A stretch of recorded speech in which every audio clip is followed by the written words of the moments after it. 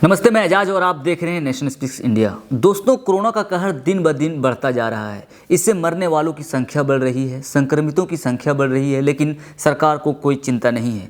कोई मरे या तो फिर कुछ भी हो, सरकार ने तो कह ही दिया है कि आत्मनिर्भर बनो। लेकिन इस कोरोना महामारी के दौर में इससे इतर जो सबसे बड़ी महामारी बनी हुई है वो है हर घटना को झूठ, प्रपंच और प्रोपोगेंडा के आधार पर धार्मिक रंग देकर एक खास समुदाय को टारगेट करना, और ये सिलसिला रुकने का नाम नहीं ले रही है। केरला के पलक्कड़ में एक हथनी की मौत को लेकर पूरी सोशल मीडिया में उबाल है। सभी लोग गुस्से में हैं और अपने संवेदनाएं भी व्यक्त कर रहे हैं। हालांकि हथनी की मौत मई में हुई थी, लेकिन अब सोशल मीडिया पर खबर बनकर आई है, जिससे बाद में मेनस्ट्रीम मीडिया ने भी इसको खबर में जगह दी। मेनस्ट्रीम मीडिया में तो हथनी की मौत को लेकर सीरियस डिबेट किए जा रहे हैं, और होना भी चाहिए। आपको बता दें कि एक हथनी जो गर्भवती थी, उसे कुछ लोगों ने पटाखे भरे अनानास खिला दिया, जिसके बाद वो पटाखा फट गया और उसके गले की अंदरूनी भाग बुरी तरह जख्मी हो गई। शायद उस जलन को कम करने के लिए वो पानी में 3 दिन तक खड़ी रही और अंत में उनकी मौत हो गई। इस दृश्य ने सबको रुला दिया। लोग सोशल मीडिया पर अफसोस जता रहे हैं और गुनाहगारों को सज़ा की मांग कर रहे हैं, और यह होना भी चाहिए। लेकिन यहाँ पर सबसे इम्पोर्टेंट बात यह है कि इस हथनी के मौत पर कुछ तबका इसे हिंदू मुस्लिम रंग देने में लगी हुई है और मुसलमानों को टारगेट कर रहे हैं। उन तबकों में केंद्रीय मंत्री और भाजपा सांसद मेनका गांधी और तारिक फतह जैसे सरकार के पालतू आदमी, जिसे भारत में सिर्फ मुसलमानों को गाली गलौज करने के लिए ही रखा गया है। आपको ये भी बता दें कि तारिक फतह ने ट्वीट करके कहा था कि केरला के मल्लापुरम में हथनी को पटाखे के साथ अनानास खिलाकर मार दिया गया, और यह घटना मल्लापुरम जिले में हुई, जहां पर मुसलमानों की आबादी 70% से अधिक है।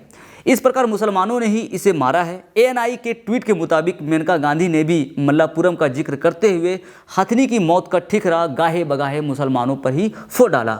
लेकिन तारिक फतह, मेनका गांधी और तमाम उनके लोगों के इस झूठी दावे को विराम लगाते हुए धान्या राजेंद्रन, जो न्यूज़ मिनट में एक पत्रकार है, उन्होंने ट्वीट किया और ये क्लियर किया कि पहले तो हथनी की मौत वेलियार नदी में हुई, जो मल्लापुरम में नहीं बल्कि पलक्कड़ जिले में पड़ती है। और दूसरी बात ये कि ये अभी जांच का मामला है कि किसने हथनी को मारा है। तो अब आप अंदाज़ा लगा ही सकते हैं कि इन लोगों कर खासकर भाजपा वालों के दिमाग में कितनी नफरत और वैमनस्यता भरी है कि बिना सच्चाई को जाने बुझे मुसलमानों के प्रति जहर उगल देते हैं। और ताज्जुब की बात तो यह है कि इन्हें शर्म भी नहीं आती है।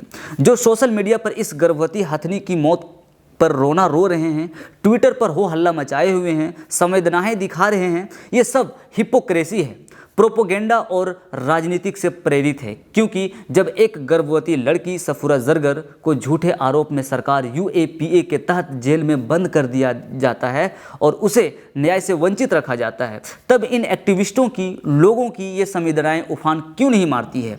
इसीलिए ना कि वो मुस्लिम है। मीडिया में ये खबर चर्चा का विषय बिल्कुल भी नहीं है। तो आप समझ सकते हैं कि हथनी के मौत के प्रति लोगों की ये गुस्सा और संवेदनाएं झूठ और सिर्फ फ्रेब है।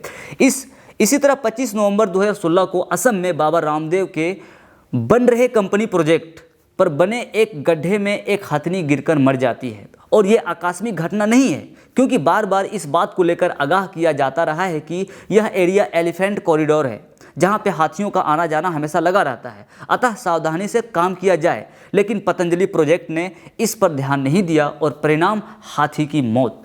लेकिन उस वक्त ये सब सो कॉल्ड एक्टिविस्ट चुप रहे थे, क्योंकि ये मामला भाजपा सरकार, असम की भाजपा सरकार और बाबा रामदेव से जुड़ा था। तो आप इन तमाम मामलों को देखकर समझ सकते हैं कि सरकार वाइल्ड लाइफ प्रोटेक्शन को लेकर कितने चिंतित है, और सोशल मीडिया पर हथनी के मौत के प्रति लोगों की संवेदनाएं में कितनी सच्चाई छिपा हुआ है।